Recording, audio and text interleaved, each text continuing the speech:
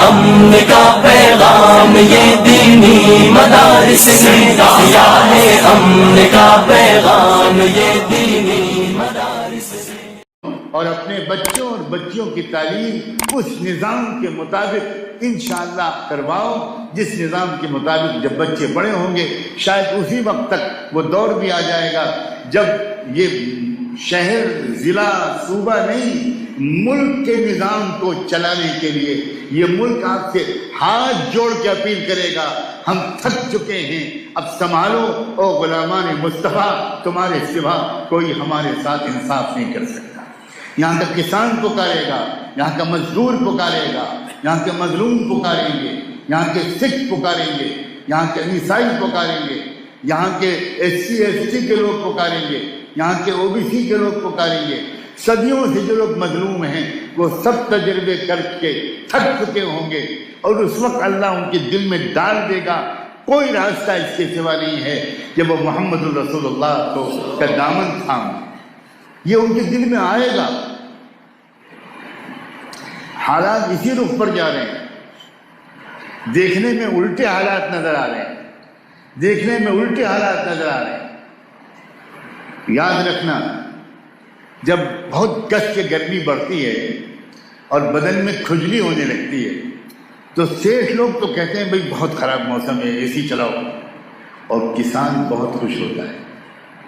کسان جلدی سے اپنا ہل بیل ٹریکٹر تیار کرتا ہے اور نکل جاتا ہے ہل، وہ سمجھ جاتا ہے یہ گرمی یہ بتا رہی ہے کہ اب برکھا برسنے والی، اب بارش برسنے والی۔ دیہاتی لوگ زیادہ سمجھدار ہوتے ہیں شہر کے انٹل کچولوں کے مقابلے،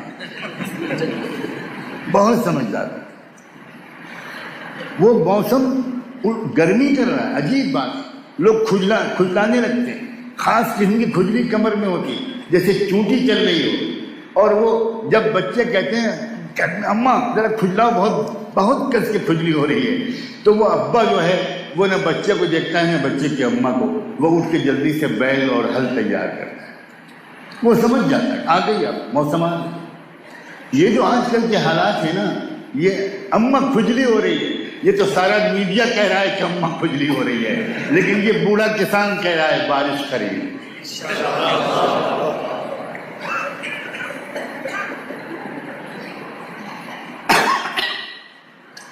قرآن مجید نے اپنی 20 آیتوں میں نے تو ایک آیت پڑھی، 20 آیتوں میں اس کا ذکر کیا۔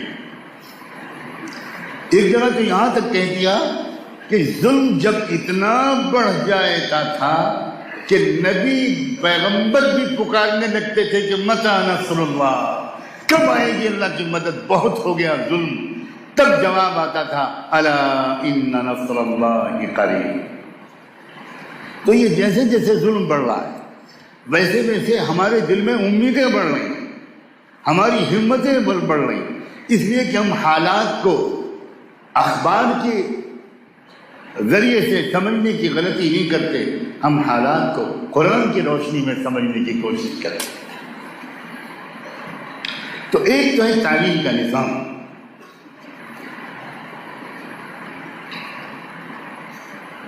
پورے ملک کے انصاف پسندوں اور بالخصوص ایمان والوں اور ایمان والیوں سے یہاں بیٹھ کر اس مسجد کے ممبر کے ذریعے سے میں یہ بات کہنا چاہتا ہوں کہ اپنے بچوں اور بچیوں کو اس قابل بناؤ کہ وہ خالی کلرک، نوکر اور ملازم نہ بنے، بلکہ وہ رہبر اور قائد، ایسی تعلیم دلاؤ۔ اور یہ بھی یاد رکھنا، جس کے دل میں قرآن اتر جاتا ہے اس کو رہبری کا سلیقہ آ جاتا ہے، وہ کسی سے معروف نہیں ہوتا، وہ کسی سے گھبراتا نہیں۔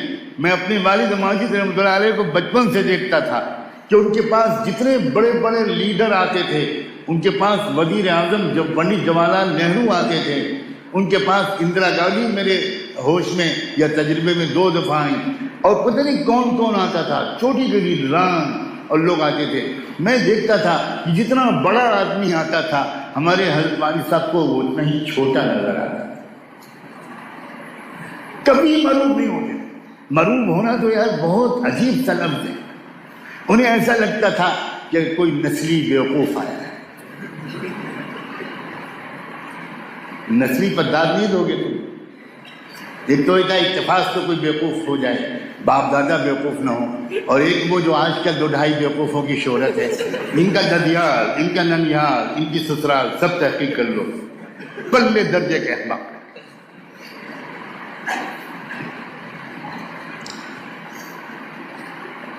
جس کے اوپر قرآن کھل گیا، جس کے اوپر محمد رسول اللہ صلی اللہ علیہ وسلم کی شخصیت کا ہلکا سا سایہ پڑ گیا، اس کے دل سے اہل دنیا کی معروفیت نکل جاتی. کوئی 1000 مال والا ہو، کوئی 1000 بڑے عہدے والا ہو، وہ سب کا احترام کریں گے، معروف کسی سے نہیں.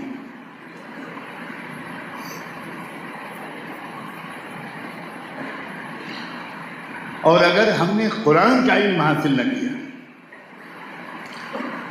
اللہ کے کلام کی روشنی ہمارے دل پر نہ اتری، رحمت دو عالم صلی اللہ علیہ وسلم ایک مکمل ترین رہبر کی شکل میں ہمارے سامنے نہ آئے، تو چاہے ہم IAS آفیسر بن جائیں، چاہے کچھ بن جائیں، بدترین درجے کے ذہنی غلام بنے رہتے. اللہ کے رسول صلی اللہ علیہ وآلہ وسلم مکمل ترین رہبر تھے.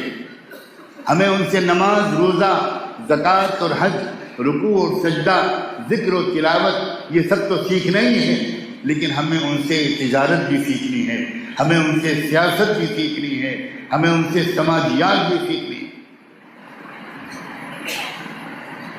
یہ تعلیم کیا ہمارے بچوں کو مل رہی ہے؟ بالکل پتہ نہیں.